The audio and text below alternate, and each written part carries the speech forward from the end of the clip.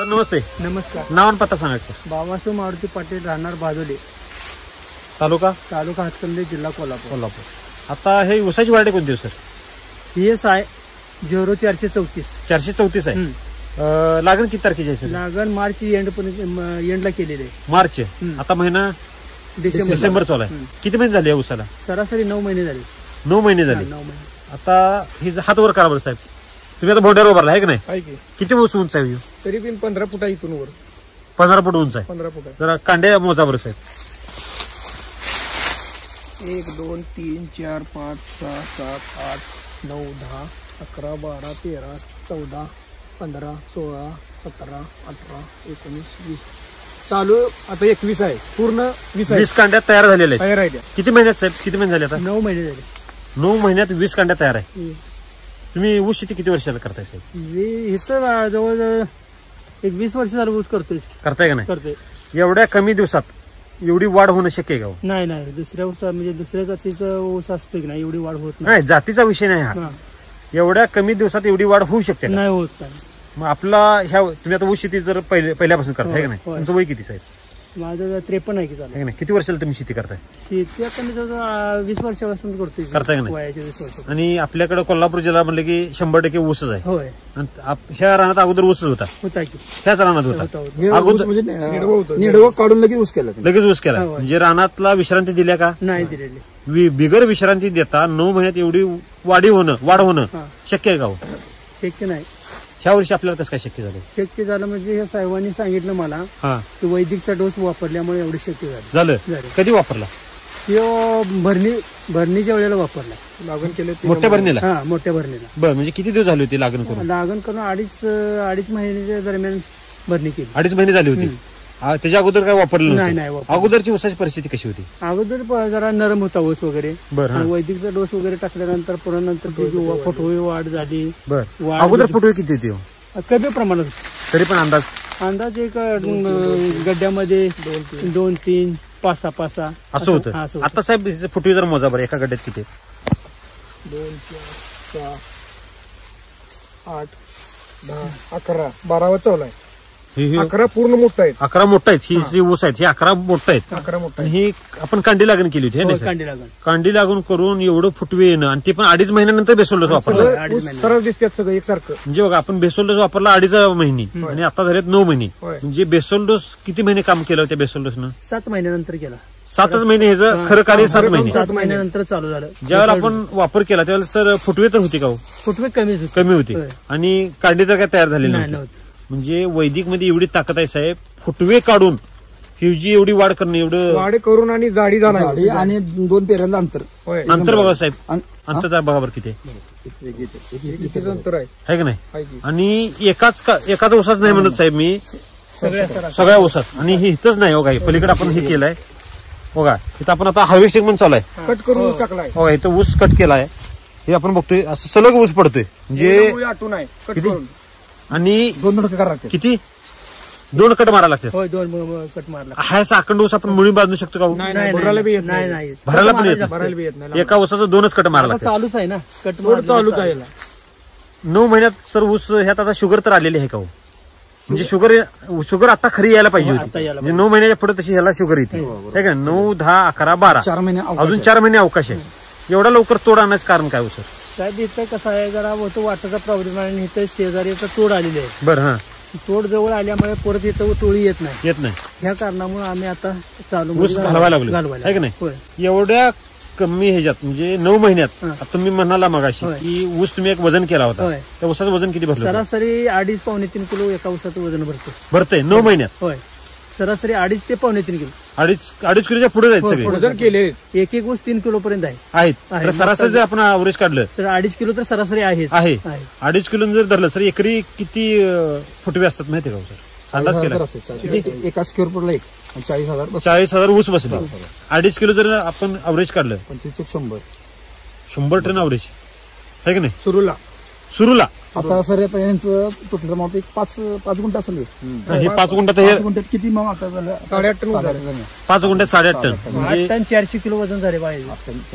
8 ton 8.5ला जरा कमी पडला. म्हणजे आपण सरासरी असा अंदाज जरी काढला तर 80 ते 90 टन आपला आरामशीर 9 महिन्यात निघू शकते. निघायलाच पाहिजे. आणि हेच जर आपण जर पूर्ण 12 महिने जर ठेवला असता ऊस अजून वाटला 100 टन 100% क्रॉस केला असता. तुम्ही आता 20 वर्षाला शेती करता म्हणताय नाही. ह्याच्या अगोदर सर अवरेज किती असायचं? ह्याच्या अगोदरचा अवरेज कमीच असतो. तरी पण अंदाज 40-45 शेवट किती पण काय जरी त्याला घातलं तर त्याला एवढं अवरेज होतं. ह्या वर्षी असं वेगळं पण व्हायचं कारण काय? वेगळं जे वैदिकचा डोस वापरल्यामुळे हा आणि रानाची प्रत बी चांगली राहिली. कशी आहे? माती बी चांगली झाली. माती भुसभुशीत आहे. पूर्ण एकदम सहज आगली. कुठली जर घेतली तर मऊ झाड माती आहे. आता तुम्ही म्हणता तर त्याला पाणी पाजून 1 महिना झाला. 1 महिना झाला तर एवढं केमिकल कसं असते आणि तडकते आणि कटिंग येते. यांचं आता चालताना एकदम आमचं गादीवर चालल्यावर स्पंजी वाटते. गादीवर चालल्यावर वाटते. म्हणजे एवढा विलक्षण बदल सर तुम्हाला कधी जाणवलं होता का? नाही या रासायनिक खतामुळे रान कडक येत होतं. वैदिकचा वापरल्यामुळे रान मऊ वगैरे राहिले, सॉफ्ट राहिले. बर. आणि आता सर आपण बघतोय अजून जमिनीत गारवा आहे एवढं. आणि 1 महिना जरी पाणी पाजलं नाही तरी अजून वर टिकून राहिले. आता आपण येताना सर आपण सगळे ऊसाचे प्लॉट बघत आलो आहे की नाही? जे आपल्या सगळ्या रानाचे काळे आहेत की नाही? सगळीकडे ऊसच आहे, सगळीकडे रान काळ आहे. आपल्या रानावर पांढरा कुठं थर दिसते का? क्षारचा कुठं थर दिसते का? का बरं? काय आता त्या आपण केमिकल वापरलं हे संकेत येते. म्हणजे आपण रासायनिकचा वापर अजिबात केलेला नाही. जर समजा आपण ह्या वर्षी एससीटी वैदिकचा वापरच केला नसता तर काय परिस्थिती झाली असते? रान कडक झालं असतं आणि ऊसाची उंची एवढी वाढली नसती. ऊसाला डेऱ्या फुटले असते जास्त कमी. बर. ऊस वाढला नसता. आता हे जे मेंटेन आहे बघा, हे जे फुटवे आहेत हे एकसारखे फुटवे निवडू शक्य आहे का? नाहीच. हा एकसारखे फुटवे आहेत सगळे. मरका एक तर कोंब आहे का कुठं? मरका बी नाही याला डोळ एक कुठं फुटलेला नाही. म्हणजे साईडला फुटे आलेले नाही. बऱ्यापैकी आता आपण बघतोय सर की तुरा सगळीकडे पडलेला आहे. तुरा पडलेला सगळ्यांच्या उसाला तुरा आला. खरं आपल्या तिथे बघायला सुद्धा कुठं तुरा नाही. आणि फुटवे आता इकडेच नाही. आता हे आपण दाखवायसाठी एक सोडलेलं आहे. हे जर बघलेलो असा भरगच आहे सगळा ऊस. भरगत म्हणजे अजून लांब लचक काय होतं आहे की नाही? हो, हे आता ऊस काढलेला आहे. अजून पोकाय नाही त्याला काय. हो काय आतनं कुठं पोकळ आहे का इथं? लगेच कळते आपल्याला. ते कधी तोडलेले? काल तोडलेली मुळे. म्हणजे गाडी गेल्यानंतर जे काय शिल्लक राहते ते 7-8 मुळे इथे शिल्लक राहिले आहेत. आणि ह्या जर आपण पेऱ्याचं अंतर बघतोय सगळीकडे पेऱ्यातलं अंतर किती आहे? हो जाडी लांब. हो ही झाड बघा किती झाडेला पण चांगला आहे. हे आता आपण असं ठेवले असं नाही. हा ऊस असाच पडतोय जे लागून पडतोय. अगोदर सर आपण ऊस तोडत होतो म्हणजे किती फुटावर अंतरावर अशी मुळी पडायची? नाही, सुरूच्या मध्ये अंतर पडायचंच. बरं. अंतर पडत सुरूच्या दुसऱ्या ऊसामध्ये नाही असं अंतर पडायचंच. बर. म्हणजे मुळीमध्ये अंतर असायचं. ह्या वेळेला घासून मुळ्या पडल्यात सगळ्या. घासून मुळ्या पडल्यात म्हणजे इथं घासूनच ऊस आहे इथं. आणि एका ऊसात 2 तुकडे होते त्यामुळे ते घासून टाकायला येत नाही. उसार ऊस म्हणजे असं सलग असं पसरून टाकायला येत नाही. कटच करायला लागते. एक ऊस कट करायला लागतो. 2दाच कट मारायला लागतो. वाढी झालाय ऊसाला. बर. तुम्हाला सर ह्या टेक्नॉलॉजीकडची माहिती कशी कळाली? मला उत्तम कोळे यांच्याकडून माहिती मिळाली. बर. त्यांनी तुम्हाला सांगितलं? बर. मी वापरले, तुम्ही वापरा म्हणले. बर. त्यामुळे तुम्ही वापरायला चालू केलं. साहेब नमस्ते. नमस्ते. तुम्ही अगोदरपासून वापरताय? वापरतोय. हे गाव कुठलं म्हणलं आपलं? भादोली. भादोली तुम्ही सुरुवात केली पहिली आहे की नाही?